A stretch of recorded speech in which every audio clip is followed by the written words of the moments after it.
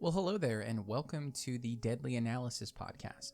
My name is Noah Adam, and today I am super excited. I'm more excited than Donald Trump after his fingers have grown 5 centimeters. Like, that's how excited I am today. I'm actually more excited than Annie Wilkes after she caught Paul Sheldon.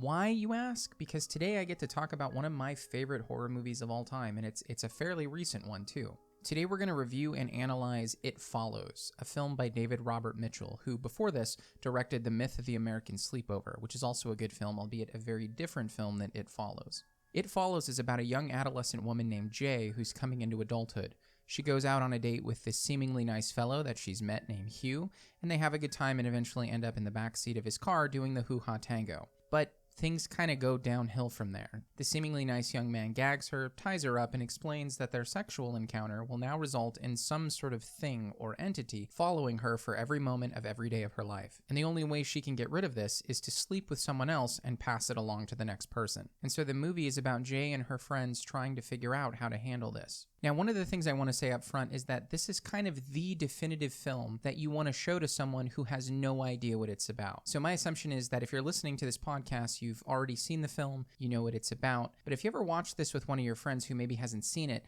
I think this film becomes even better when you go into it blindly. Now, in my first podcast, I distinguished between enjoying horror films and appreciating horror films.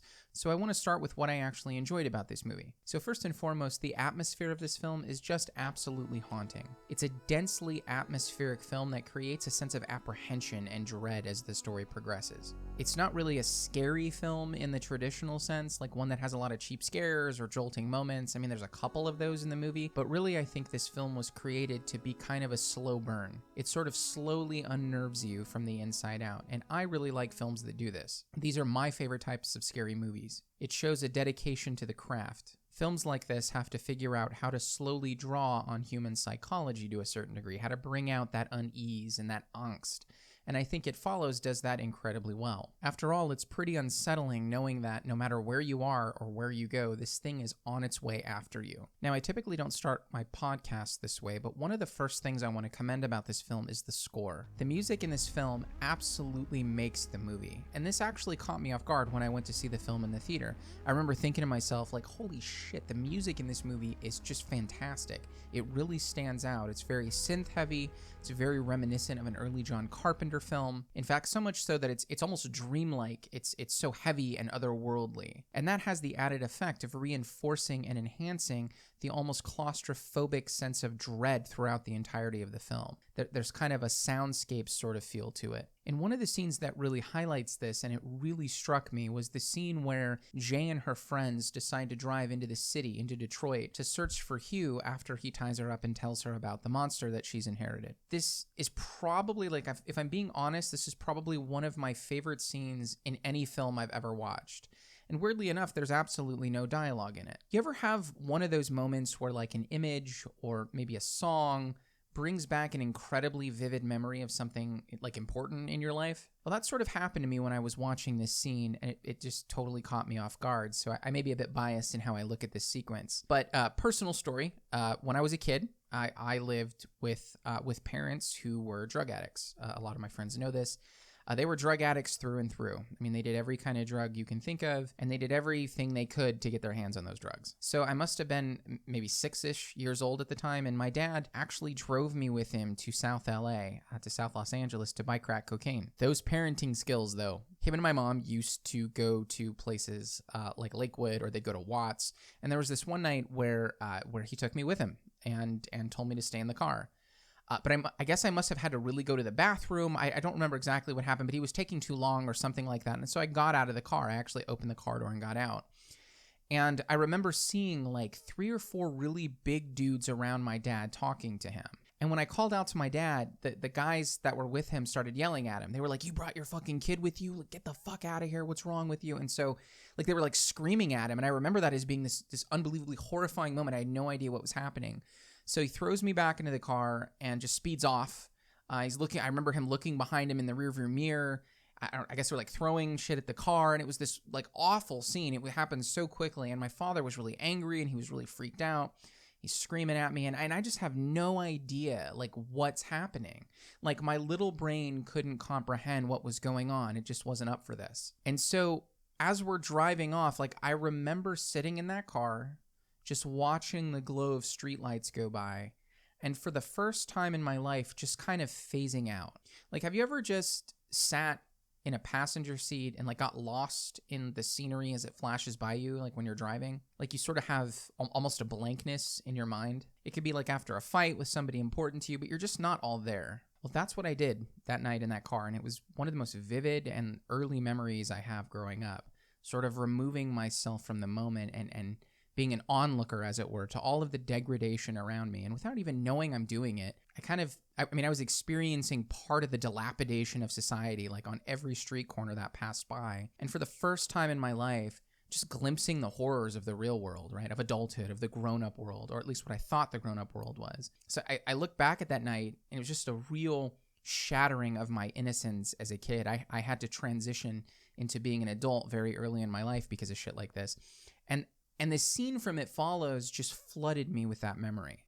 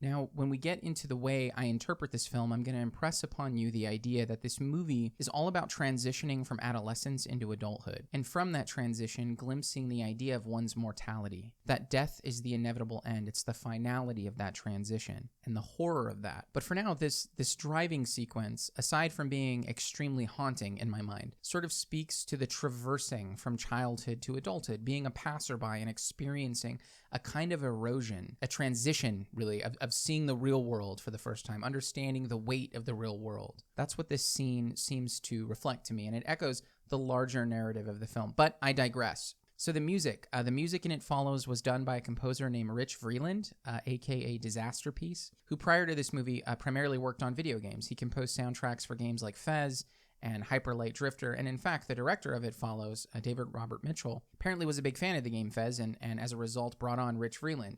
So the soundtrack really stands out. It's very experimentary, very dominant, even for a horror film. And I thought it was really cool that they got someone who had a predominantly video game background to compose for a horror movie. It sort of worked out beautifully, in my opinion. Another thing I enjoyed in this movie is the ambiguity of the monster. I like the idea of a monster that's tied to a question mark, right? It's not thoroughly explained. You sort of know what it is, but you're still left with questions. So when It Follows, you have no idea of this thing's origins. It has elements of like an incubus and a succubus. It's sort of like a ghost, but not really, because it's corporeal. It changes forms. It can be felt. It bleeds. So you're not really sure what the hell it is. It doesn't really fit any traditional monster like a goblin or a werewolf or a vampire. And as a side note, one of the things I didn't like about the film was the fact that it bled and that it could be hurt. I thought it would be a lot more sinister and maybe even more along the line of its other attributes if, for all intents and purposes, it was unstoppable or undamageable at least. I also enjoyed the connection between the characters, Jay and her sister Kelly, and their friends. I kind of feel like horror films don't focus enough on getting you invested in the characters. So a lot of times when they die, you're just kind of like, whatever, This is why we're traditionally more emotionally invested in dramas or romance characters, because those characters really need to matter in those sorts of genres. But I feel like somewhere down the line, the decision was made in horror films that characters just don't need to matter, that there's no need to really develop them. And I didn't really get that vibe in this film. I felt like you got to know them, you got to know about their history together as they grew up, and I kind of dug that. Interesting side note, the names of Jay and her sister Kelly are actually a tribute to the original Queen of Horror, Jamie Lee Curtis, and her sister Kelly Curtis. In fact, there's a ton of Halloween imagery in this film. Even in the Detroit ride scene that I discussed a minute ago, the sequence ends with the teen standing somewhat iconically in front of a dilapidated house, bringing back memories of Laurie Strode in front of the famous Haddonfield house. The scene where Jay is in the classroom, staring out of the window, is almost exactly the same sequence as Laurie Strode in Halloween. When I was doing the research for this film, I came across a YouTube comment that sort of hit the nail on the head. It described It Follows as a kind of love letter to the 80s horror, and I really like that. It didn't seem like the movie was trying to rip off anything. It felt like it was paying homage, and that made me only like it more. Another thing I enjoyed about the film is the sort of timelessness, the timeless aspect of the movie. Like, you can't really tell what year it is or really even what decade it is in the film. There's older CRT televisions. All the stuff you see them watching is in black and white. The cars look like they're from the 80s or early 90s. But then you have Jay's friend Yara, who has like an e-reader. Like, she's reading from an e-reader. And by the way, without jumping too far ahead, the passages she reads aloud to her friends throughout the movie from her e-reader are without a doubt 100% the key to deciphering what this movie is actually all about. But we'll get into that a little bit later. So all of this kind of throws everything off. You can't tell what time frame they're in. And this again adds to that sort of dreamlike atmosphere perpetuated throughout the film. And I like that because you're not really tied to particular styles or mannerisms associated with a certain time period. It sort of creates a larger canvas from which you can draw out a story. And as a moviegoer, it allows you just really to kind of narrow your focus. So those are the things I enjoyed about the film, but let's get to the fun stuff. Let's appreciate this film as we would a good scotch. We already mixed it with our Coke, as it were. We enjoyed it. I told you what I dug about the film, but now let's take some time to talk about what this movie is really about, what it symbolizes and represents about our collective fears. I mentioned earlier that this movie seems to me to be about transitioning from adolescence into adulthood, and then from that transition, glimpsing the idea of one's mortality. This is not a film about sexually transmitted diseases. If I see another review about how this movie is about the stigma of STDs, I'm going to find that person, I'm just going to follow them around for the rest of their life, whispering in their ear how myopic that is. Like, I'm actually going to become the monster from It Follows and just slowly follow someone around and harass that person for the rest of my life, because this film is not about STDs. And you know how I know it's not about STDs? Think of the sequence where Jay's friend Yara is reading those weird passages from her compact. They kind of happen out of nowhere, right, in the movie. They're unprompted by anything else in the sequence, and they serve as a sort of cipher for decoding what this film is actually about. So here's the first one. Listen to this. I think that if one is faced with inevitable destruction, if a house is falling upon you, for instance, one must feel a great longing to sit down, close one's eyes, and wait. Come what may. So, question. Have you ever had, like, life just throw a complete bomb at you, where, like, things have just become so heavy and so burdensome in your life? Like, the gravity of life's weight just starts crushing you. And I don't mean, like, just things aren't going your way, right? I don't mean anything like that. I mean, like, just the raw anxiety of existence seeming inescapable, that life is just too much, that death inevitably awaits you. You know what I mean? That deep dirge that we all sing at least once in our lives. I mean, at some point, life will inevitably present you with some kind of overbearing burden or weight on your soul that seems inescapable. Now, I don't know if that happens to everyone, but I got to think that it happens to a lot of people. It certainly has happened to me, particularly when I no longer identified as a Christian. When I deconverted from my faith, I now saw the world as a place where I have really just a finality, right? That my existence ends. And if you've ever experienced anything like this kind of weight in your life, then I think you can understand what's going on in this passage, that if a house is collapsing in on you, there's like this little part of you that almost just wants it to happen. You know what I mean? Like, just to get it over with, to have any kind of relief, even if it's your end. Like, that little part of you that's just like, just do it already, you know, get it over with. That's the kind of devastation we're talking about in this passage. And I think to some extent, this can be interpreted as the devastation of transition. These larger transitions in life, such as becoming an adult, can often feel crushing, especially if they're life-altering, hormone-raging, real-world-facing transitions. Saying goodbye to innocence and hello to the real world, where two things are assured: death and taxes. To quote one of the greatest thinkers and philosophers of our generation, Homer Simpson, "He reminds me of me before the weight of the world crushed my spirit." So this is what it can often feel like for many who transition into adulthood. And as a side note, this passage, along with the other one that Yara reads at the end of the film, is actually from Dostoevsky's The Idiot. And I guess to me, if the film were trying to tell us something about the stigma of STDs, I think this scene and then the scene at the end of the film where she reads another passage with similar sentiment makes very little sense. I mean, there are clearly sexual themes in the film. I'm not saying this film is only about transition and one's inevitable demise. In fact, one of the things I sort of forgot to mention that I enjoyed about the movie was how it took the sort of sex is evil trope that pervades the world of horror and sort of gave it steroids, right? It sort of smothered you with it. This was extremely purposeful. It utilized the banality of sort of villainizing penetration or demonizing the enjoyment of sexual experience. It's sort of like the writer and director was like, okay, well, why don't we just literally make this the fucking villain? Like, by literalizing it, they were speaking to its triteness, to its staleness as a trope. Notice that the e-reader that Yara reads her passages from kind of looks like a birth control compact. And I think that's purposeful. One could surmise that the haunting atmosphere in this film establishes a kind of link between sexuality and otherworldliness, right? It's this mystic thing when you're a young person. I mean, well, shit, even to some extent, like when you're an adult, it's a mystic thing. But it comes with a lot of anxiety, sexual anxiety, like sexual fears and disconnection. These are all what I would consider to be somewhat surface level themes in the film. Think of the climax, no pun intended, the climax of the film where Jay's fighting the monster in the large pool, right? Which itself has some symbolism that we'll talk about in a second. But that ending sequence when they seemingly defeat the monster and the pool becomes engulfed in red blood. I mean, let's not be poetic. This is imagery of a period, of a woman getting her period.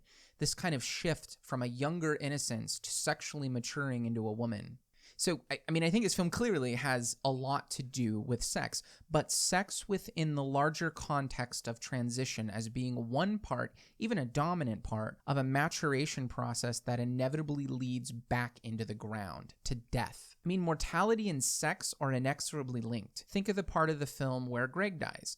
The monster essentially rapes him to death in the form of his own mother. I mean, what a creepy way to go out. The scene that I just mentioned where Jay is fighting the monster in the pool at the end, he takes the form of her father. I mean, that's purposeful. It may be somewhat Oedipal, but I think it really speaks to the idea that your parents' sexual actions are the reason that you exist in the first place, and they're the reason that you're going to die when this is all over. I mean, think about it. Your existence, and ultimately the fact that you're going to die, are a direct result of two people having sex. They made you, and they're the reason that you get to face that monster that's slowly trailing behind you every second of every day of your life. So sex and mortality sort of do a dance together in this film. There's sort of an amalgamation of issues going on here.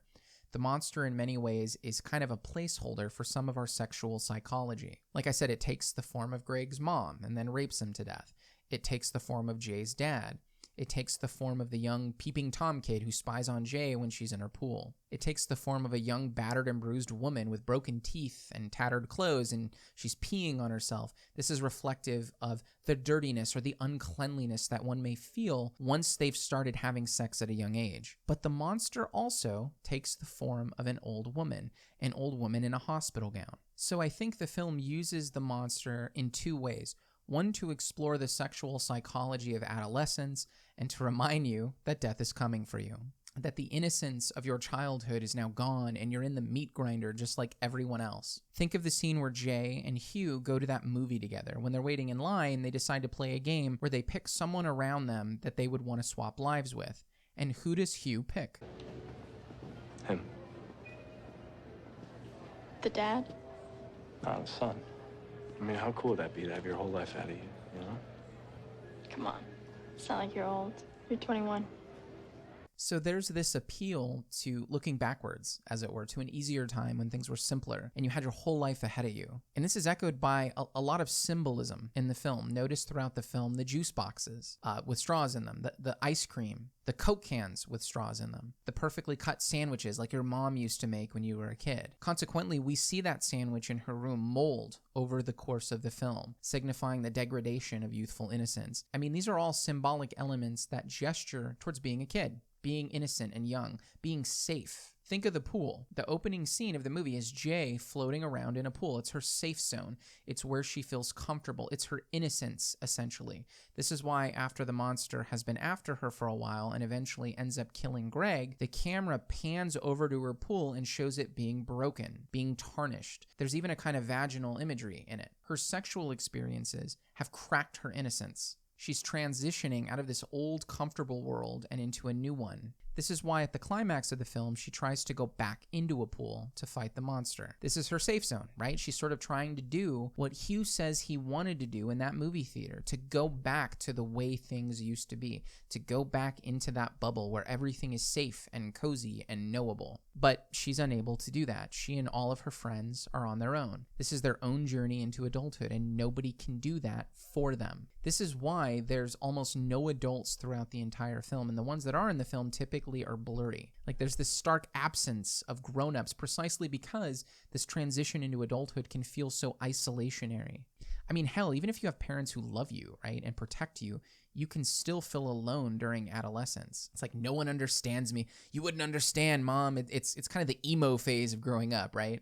And when you think about it, you ever notice in the movie that Jay and her friends never try to do any research about the monster? Like, they don't look it up on the internet. They don't go to a library. They don't crack open any old dusty books. They don't do it because it's familiar, right? It's expected. What the monster represents, everyone already knows about. We already know we're going to die eventually, and we already know that at some point after our teenage years end, the weight of the world is there waiting for us. So I thought that was significant. But let's go beyond adolescence. Let's go beyond the transition from adolescence to adulthood. Let's talk about that thing that's always with you, always following you around everywhere you go. And that's death. That's your own mortality. That's the thing that no matter how far you try to run from it, it will always be on its way to you. That no matter how hard you try and distract yourself by the vast array of human experience you have at your disposal, your death is locked down and certain. And that's worth pondering. While I think all horror films are to some degree about death, this one reminds you that death is a stalker, that it's slow and it's patient, that it's unexpected. It's not about how you die. This isn't Final Destination or Saw that we're talking about. It's the contemplation that you're going to die, and one day you're no longer going to be a person. When there's torture, there's pain and wounds, physical agony, and all this distracts the mind from mental suffering so that one is tormented by the wounds until the moment of death. And the most terrible agony may not be in the wounds themselves, but in knowing for certain that within an hour, then within 10 minutes, then within half a minute, and now, at this very instant, your soul will leave your body and you will no longer be a person. And that this is certain. The worst thing is that it is certain. This scene just struck me as very Heideggerian, right? We're beings unto death. Like, have you ever just sat and really pondered the idea that one day you're not going to exist? That sort of sea of infinite nothingness that's a heartbeat away. Like, even as you're listening to this podcast right now, I think for most people, this sort of happens for the first time when they're a bit younger, right? And it's devastating. This is why we've built entire structures of belief to combat this monster. Oh, death, where is thy sting? That sort of thing. Many religious narratives exist in large part to serve as an antidote to the poison of non-existence, as a way of declawing the monster. We tell stories about how death is not the end and how we're going to live on forever. We also inundate ourselves with distractions all day long, and we do this collectively, as a society, every single day, because it's horrifying to think about no longer being a person. And I. Now, pragmatically, of course, we have to survive, we have to go to work, we have to take care of our families, but it seems like so much of our life is built to be a distraction. Like we're getting ourselves ready for a show that we don't ever really want to think about. But maybe we should. Maybe we should stop in our tracks, turn around, and take a long, hard look into the eyes of that monster that's constantly following us. It just strikes me as more noble and courageous than running, than in weaving together these complex religious apparati that make you think that you've beaten this monster. And don't get me wrong, that's not to say that there's not value in religious interpretations of the world or that religion is a bad thing. But let's be honest, on, let's say, a Christian view of the world, there really is no idea of death. Like, you don't really die. You just transition from one form, bodily, to another, spiritual. You are still existent. You've never gone away. So if death is supposed to be the end, then you haven't really died. In fact, if you hold to the dominant Christian view on these things, you will never not exist. You will always be an existent thing. And while that may seem extremely exciting for some, there's definitely something that you lose in believing this. See, when you stare into that abyss, that finality of your being, you sort of can't unsee it. This is why Hugh and everyone else in the film who's seen the monster can't unsee it. And I think when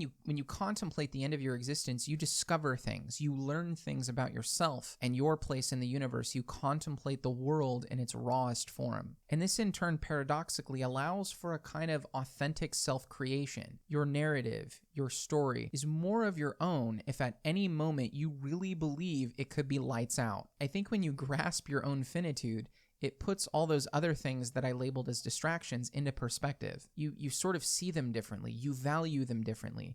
You understand that the value of your relationships with other people, with those whom you love, they're valuable precisely because they end. Precisely because there will be a moment when all of these things are taken from you.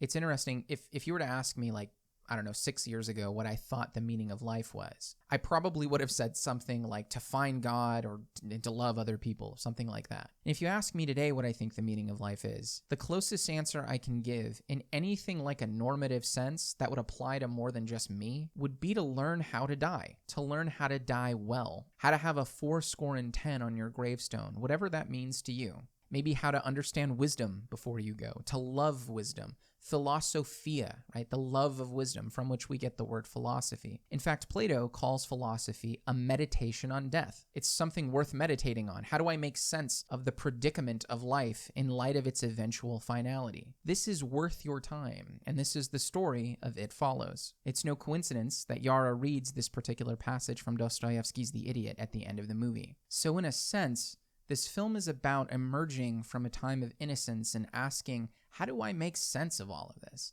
But it's also about wrestling with a transition that takes you out of a bubble. Death becomes manifest, and you have to struggle with its reality, with it always clinging to your person, with it following you. And so the challenge of It Follows is to take that monster, look at it in the face, and examine yourself in light of what you find. William Butler Yeats once wrote that it takes more courage to examine the dark corners of your own soul than it does for a soldier to fight on a battlefield. And I think this film is kind of an homage to that kind of a challenge. And so I offer that challenge to you.